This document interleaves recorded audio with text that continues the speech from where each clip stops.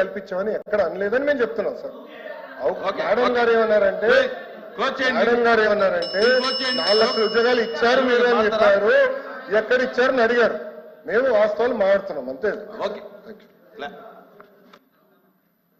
ఏదైతే గవర్నర్ గారి ప్రసంగంలో ఉన్న ఇంగ్లీష్ వెర్షన్ కి తెలుగు వెర్షన్ కి సమ్ డిఫరెన్స్ ఉన్నది ఇప్పుడు డిస్కషన్ జరుగుతుంది.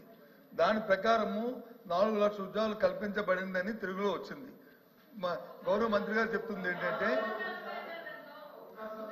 కాదు బాబు ఇదో అమ్మా నువ్వు నీకు మనం వాడుక భాష మనం రోజు మాట్లాడుకుంటాము, నేను మీతో కాంట్రవర్సీకి రావట్లేదు. చదువు 4 లక్షల మందికి ఒక విషయం అధ్యక్ష 4 లక్షల మందికి అవకాశాలు కల్పించబడినది. కల్పించబడిందంటే అర్థమేంటి? అవకాశం అంటే కల్పించబడింది అంటే కూర్చోండి, మాట్లాడతాను కూర్చోండి, కూర్చొని మాట్లాడతాను.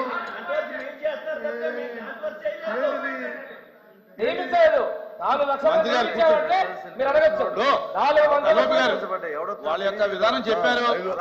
ఫ్యూచర్ లో మేము చెప్పింది ఎందుకంటే మంత్రులు వేస్తే ఎలా అవుద్ది? దయచేసి దాని కరెక్ట్ కూర్చోమనండి. ఇది కూర్చోండి దయచేసి.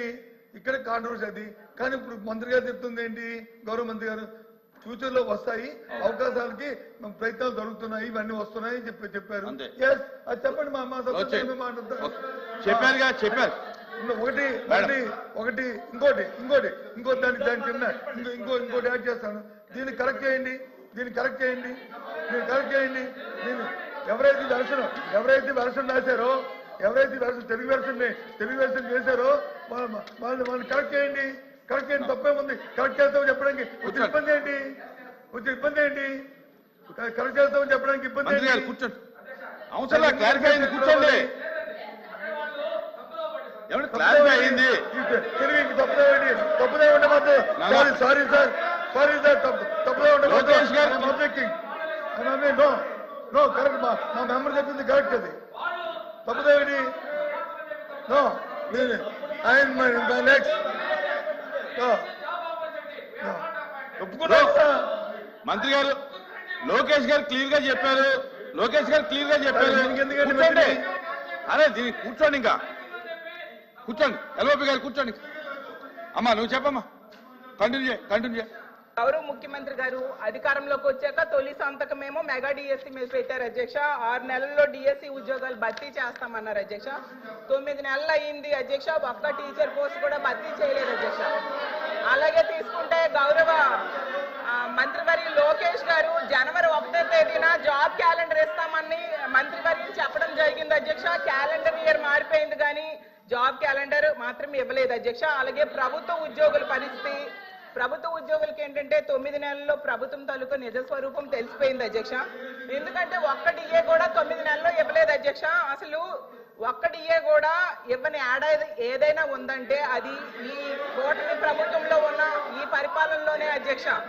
అలాగే అధికారంలోకి రాగానే ఐఆర్ ఇస్తామన్నారు అధ్యక్ష. 9 నెలలు అయింది, 9 పైసలు కూడా ఇవ్వలేదు అధ్యక్ష. ఉద్యోగులకేమో పిఆర్సీ ఇస్తామన్నారు అధ్యక్ష. గతంలో జగన్మోహన్ రెడ్డి గారు వేసిన పిఆర్సీ కమిషన్ చైర్మన్ ఏమో బెదిరించి రాజీనామా చేయించారు అధ్యక్ష. ఇప్పుడు 9 నెలలు అయినా కూడా కొత్త చైర్మన్ ని అపాయింట్ చేయలేదు అధ్యక్ష. చైర్మన్లు బెదిరిస్తాయంట అధ్యక్ష. ఎక్కడ బెదిరించా? మేడం గారు వైకాపా ప్రభుత్వం అనుకుంటున్నారు. ఇది ఎన్డీఏ ప్రభుత్వం అధ్యక్ష. ఇక్కడ ఎవరిని బెదిరించట్లేదు. చట్టపరంగా ఏమన్నా చేస్తాం.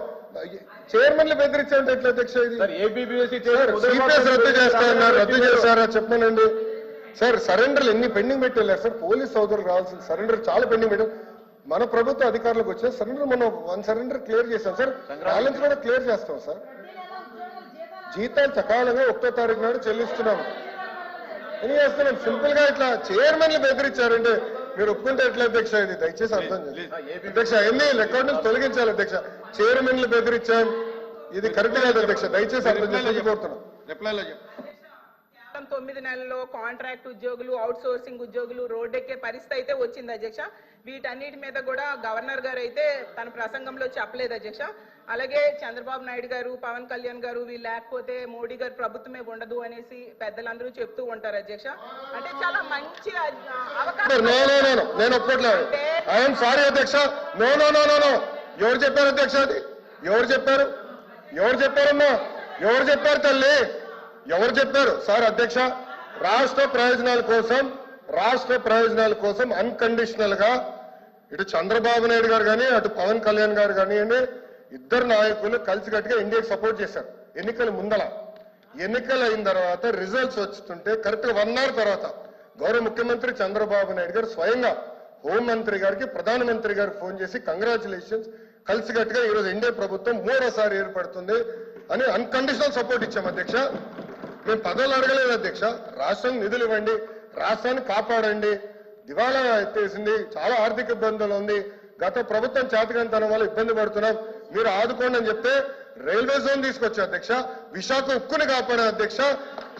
చివరి అమరావతి నిధులకి తీసుకొచ్చా అధ్యక్ష. పోలవరంకి నిధులు తీసుకొచ్చా అధ్యక్ష. అది ఈ రోజు మన ప్రభుత్వానికి ఉన్న చిత్తశుద్ధి అధ్యక్ష. మేము ఎక్కడ చెప్పలేదు అధ్యక్ష. దయచేసి మేడం గారు విత్డ్రా దట్ పాయింట్. మేము ఒప్పుకోవట్లేదు అధ్యక్ష. అది మటుకు ఏదో మేము సపోర్ట్ చేయకపోతే మేము ఎక్కడో చెప్పినట్లు ఇది సత్యదూరం అధ్యక్ష. మేడం గారు విత్డ్రా దట్ పాయింట్ అధ్యక్ష. ఇది చాలా సీరియస్ గా మేము తీసుకుంటాం అధ్యక్ష. అందరూ అంగీకరించాల్సిన నిజం, మన రాష్ట్రంలో ఉన్న ఎంపీల మీద కేంద్ర ప్రభుత్వం ఆధారపడి ఉంది అనేది నిజం కదండి అధ్యక్ష. సో ఇది చాలా మంచి అవకాశం అని చెప్తున్నారు అధ్యక్ష. అధ్యక్ష చూడండి అధ్యక్ష, మాట మార్చుతారు. స్టేట్మెంట్ ఏంటి? మనోడే రాస్తున్నాడు, స్టెనో ఉన్నాడు, స్టేట్మెంట్ ఏంటి అధ్యక్ష? నేను అది రికార్డ్ నుంచి తొలగించాలి అధ్యక్ష. అది సీరియస్ అలిగేషన్. సీరియస్ అలిగేషన్ చేశారు మేడం గారు, మా పైన ఆరోపణలు చేస్తున్నారు. నేను ఎక్కడో స్టేట్మెంట్ ఇచ్చినట్టు మాట్లాడినట్టుంది, లేదా తెలుగుదేశం పార్టీ సభ్యులు ఏదో స్టేట్మెంట్ ఇచ్చినట్టు మాట్లాడారు. కరెక్ట్ కాదు అధ్యక్ష. నో మేడం గారు విత్డ్రా దట్ అధ్యక్ష. చాలా స్పష్టంగా అధ్యక్ష మేడం గారు ఏమన్నారంటే, మేము ఎక్కడో స్టేట్మెంట్ ఇచ్చినట్టు, మా పైన కేంద్ర ప్రభుత్వం ఆధారపడి ఉంది అని వక్రీకరిస్తూ మేడం గారు స్టేట్మెంట్ ఇచ్చారు అధ్యక్ష. నేను మళ్ళీ చెప్తున్నా, అన్కండిషనల్ సపోర్ట్ చేశాం, రాష్ట్ర ప్రయోజనాల కోసం చేశాం. గత 9 నెలలు పూర్తి చేయలేదు సార్. మీరేమన్నారు అధ్యక్ష? ఒక్క నిమిషం, మీ నాయకులు ఏమన్నారు అధ్యక్ష? పులివెందుల ఎమ్మెల్యే ఏమన్నారు? గతంలో మెడలో ఉంచి ప్రత్యేక హోదా తెస్తా అన్నాడు. ఏమైంది? మెడలో ఉంచి ప్రత్యేక హోదా తెస్తానని ఆనాడు చెప్పారో చెప్పలేదా? అన్ని బిల్స్ మీరు 5 సంవత్సరాలు సపోర్ట్ చేశారు. ఏమైంది? ప్రత్యేక హోదా తీసుకురాలేదు. మేము మళ్ళీ చెప్తున్నాం, తెలుగుదేశం పార్టీ జనసేన సభ్యులు కూడా ఉన్నారు. తెలుగుదేశం పార్టీ జనసేన 2 పార్టీలు కలిసి అన్కండిషనల్ గా ఇండియన్ మేము సపోర్ట్ చేశాం. ఎన్నికల ముందర కూడా చెప్పాను ప్రజలకి. నేను చెప్పాను అధ్యక్ష. ఒక్క నిమిషం సార్, మేము 24 ఎన్నికల్లో ఏం చెప్పాం? డబుల్ ఇంజిన్ సర్కార్ అని చెప్పాం. డబుల్ ఇంజిన్ సర్కార్ ఇప్పుడు వచ్చింది. కేంద్రం రాష్ట్రం ఒకే ప్రభుత్వం ఉంది. రైల్వే జోన్ ఎవరు కాపాడారా? మేము కాపాడాం. విశాఖకు మీరు పెద్ద మాటలు మాట్లాడుతున్నారే. 13,000 కోట్లు చంద్రబాబు గారు పైన నాయకత్వం మేము తీసుకొచ్చాం అధ్యక్ష. 13,000 కోట్లు తీసుకొచ్చాం. మీ ఉత్తరాంధ్ర ఎమ్మెల్సీలు మాట్లాడండి, మీరేం చేశారు 5 సంవత్సరాలు? ఏం చేశారు మీరు 5 సంవత్సరాలు? అడుగుతున్నా. అమరావతి నిధులు ఎవరు తీసుకొచ్చారు? మేము తీసుకొచ్చాం. పోలవరం గాలి వదిలేశారు మీరు. బుల్లెట్ దిగినా అని మీ మంత్రి గారు అడిగారు. ఏమారు ఆయన పెద్ద మాట్లాడతారు. పోలవరం నిధులు తీసుకొచ్చారు. 6.5 ప్యాకేజ్ కి మొన్న 1000 కోట్లు రిలీజ్ చేశాం. నో అధ్యక్ష, ఐఎమ్ ప్రొటెస్టింగ్. మేడం గారు has to withdraw that statement. అది కరెక్ట్ కాదు అధ్యక్ష. I'm sorry. ఓకే, సభ్యులు ఉన్నారని చెప్పొచ్చు, ఐ హావ్ నో ప్రాబ్లం. కానీ ఏదో మేము వాళ్ళని థ్రెటన్ చేస్తున్నట్టు, ఏదో మా పైన ఆధారపడే పదం వాడతాం కరెక్ట్ కాదు అధ్యక్ష. మేము ఏనాడో అనలేదు. మా సపోర్ట్ అన్కండిషనల్. రాష్ట్ర ప్రయోజనాల కోసం కేంద్ర ప్రభుత్వాన్ని మేము సపోర్ట్ చేస్తున్నాం. అది చాలా క్లారిటీగా ఉంది అధ్యక్ష. కానీ దయచేసి అది మటుకు రికార్డు నుంచి తొలగించాలి అధ్యక్ష. రికార్డు పరిశీలించి చూద్దాం. అధ్యక్ష చూడాలి కదా. ఇప్పుడు ఆ రికార్డు చూసి ఆ మాటలుంటే తొలగిస్తాం. కూర్చోండి. అధ్యక్ష, విద్యాశాఖ మంత్రి గారు వచ్చి మాట్లాడుతూ చాలా ఆవేశంగా ఆయన తాలూకా మాటలు చెప్తున్నారు. చెప్తాను. నేను మీ ద్వారా ఆయనకి మీ ద్వారా ప్రభుత్వాన్ని అడుగుతుంది ఏంటంటే, ఇవాళ జరుగుతున్న చర్చలో మా సభ్యులు అడిగింది ఏంటి, ఈ ప్రభుత్వం ఇవాళ కేంద్రంలో ఉన్న ప్రభుత్వం ఈ మన మన మన మన ఈ కూటమి ప్రభుత్వం మీద ఆధారపడి ఉంది అక్కడ. కాబట్టి ఈ రాష్ట్రానికి కావాల్సిన ప్రయోజనాలు రావాలనేది ఆవిడ ఉద్దేశం. ఆవిడ తాలూకు ఉద్దేశం. ఆవిడ ఉద్దేశం ఏంటి? ఆ ఉద్దేశాన్ని కాదు అవునా అనేది మంత్రి గారు దయచేసి మంత్రి గారు ఆయన చెప్పిందంతా చెప్పండి. ఆయన చెప్పింది పూర్తయిన తర్వాత మీరు మాట్లాడండి మళ్ళీ. ఏమనుకో డోంట్ థింక్ మీరు మాట్లాడండి మళ్ళీ. మీరు చెప్పండి. ఆమె చెప్పింది అది కాదు, మా మీద ఆధారపడలేదు, లేదు మాకు అవసరం లేదు అని అంటే అదొక వేరే విషయం. ఇప్పుడు మీరే చెప్తున్నారు రాష్ట్ర ప్రయోజనాల గురించే మేము ఉన్నామని. ఎస్, రాష్ట్ర ప్రయోజనం, ఆ రాష్ట్ర ప్రయోజనాల్లో భాగంగానే ఈ రాష్ట్రానికి ప్రయోజనం కలిగించే ఈ అంశాలు చేయమని చెప్తుంది మా సభ్యురాలు. ఆ ప్రయోజనాలు తీసుకోమనే చెప్తుందే మా సభ్యురాలు. అంతకంటే ఇంకో ఉద్దేశం లేదు. మీరు చెప్తున్నారు ఏమని, అప్రస్తుతంగా సభలో లేని వ్యక్తులను వచ్చి మా నాయకుడు జగన్మోహన్ రెడ్డి గారి పేరు కూడా ఆయన తీసుకున్నారు. మరి అంతకుముందు ప్రభుత్వంలో 2004 నుంచి 2014 నుంచి 19లో ఉన్నప్పుడు ఏంటి మరి ప్రత్యేక పదం తీసుకుని ప్రత్యేక ప్యాకేజీకి వచ్చి మీరు వచ్చి అయిపోలేదు, అంత మొత్తం అయిపోలేదు. ఆ రోజు రాష్ట్ర ప్రయోజనాలు కనిపించలేదా? ప్రత్యేక ప్యాకేజీ కావాలనే విషయం వారికి తెలియదా? ఎందుకు చేశారు అది? ఎందుకు చేశారు? అప్పుడున్న సందర్భం బట్టి ఆ కార్యక్రమాన్ని లేకపోతే ఈ కర్మ ఎందుకు ఈ రాష్ట్రానికి కర్మ ఎందుకు వచ్చింది? ఎందుకు ఇది వచ్చింది? ఆలోచించారు. కాబట్టి దయచేసి